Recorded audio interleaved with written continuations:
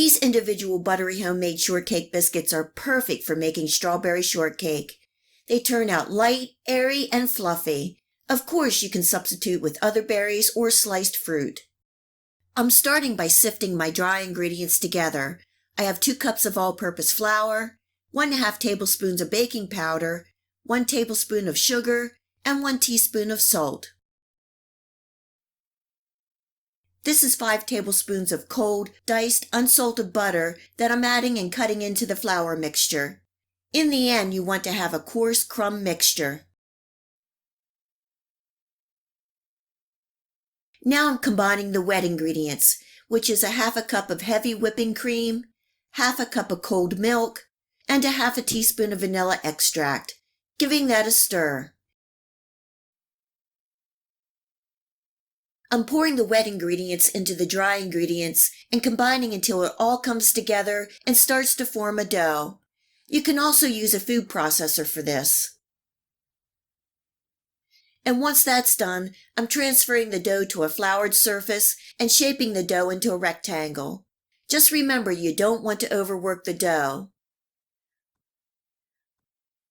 I'm folding the dough in half, reshaping into a rectangle, and folding in half again. This is going to help give us those nice flaky layers in the biscuits. I'm placing a tea towel over the dough and letting this rest at room temperature for 30 minutes.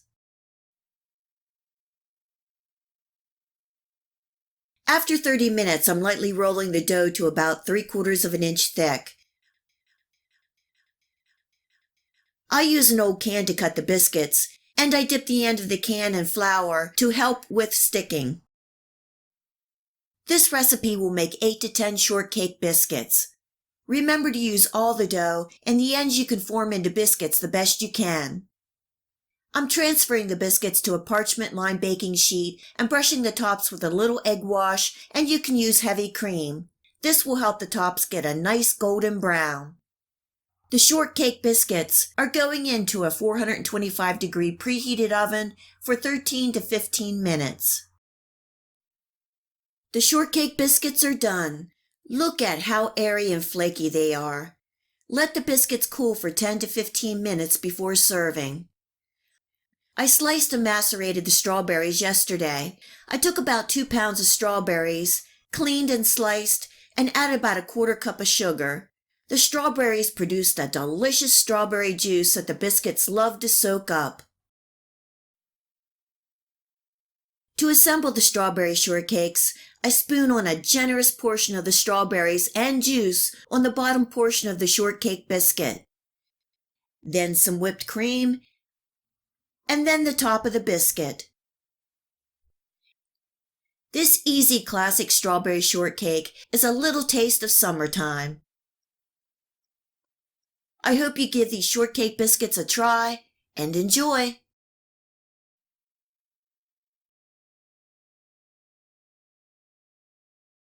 My garden is just loaded with blackberries, so let's make a pie. You can use this recipe for any berry pie like raspberries, blueberries, strawberries, or elderberries. This recipe calls for 5 to 6 cups of fresh berries. I picked, rinsed, and dried the blackberries. In a separate bowl, I have 3/4 cups of sugar, and this really takes the tartness out of the berries and brings out the good flavor. 3 tablespoons of cornstarch, and a sprinkle of cinnamon, and this is optional, but I think it really adds a nice hint to any berry pie. Giving that a good mix, and then adding in with my blackberries. First, I'm squeezing in about a tablespoon of fresh lemon juice and tossing in with the berries.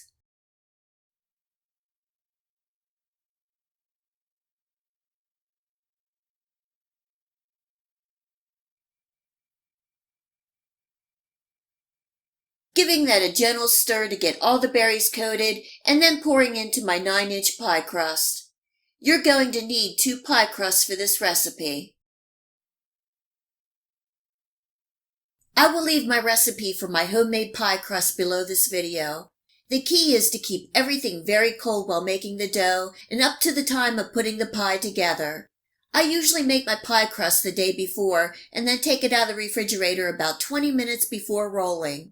If you are decorating the pie top, you may want to cut out your dough pattern and refrigerate the pieces before decorating to keep them nice and cold.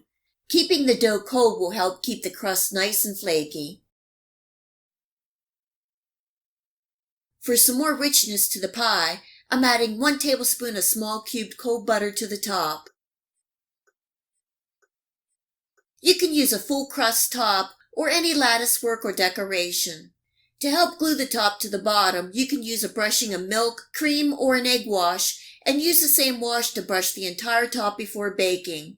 This will help the crust get a nice golden brown.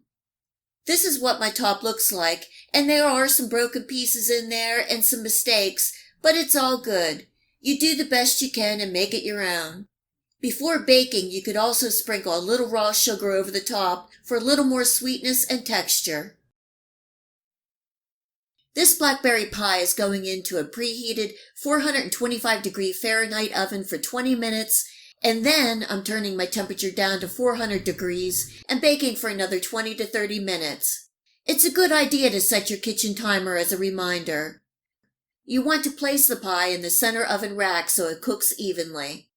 Make sure you put the pie on a foil or parchment-lined pan so if anything bubbles over, it will not mess up your oven.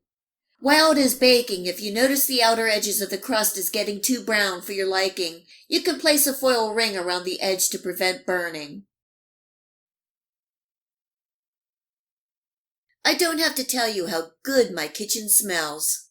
There are only 2 kinds of pie that my family likes, hot or cold. The pie is piping hot, so I'm letting it cool to room temperature, and it will firm up as it cools. You can see that my edges got a little brown, but that's okay with us. It smells so good, and we are ready to dig in. I've had my blackberry bushes for about 15 years, and they rarely disappoint. I've made pies, cobblers, tarts, breads, ice cream, jams, barbecue sauce, and probably lots more that I can't even think of. And our favorite way to eat a slice of homemade blackberry pie is with a scoop of vanilla ice cream. Any kind of homemade berry pie is a welcoming treat in the summertime. I hope you give this blackberry pie recipe a try and enjoy.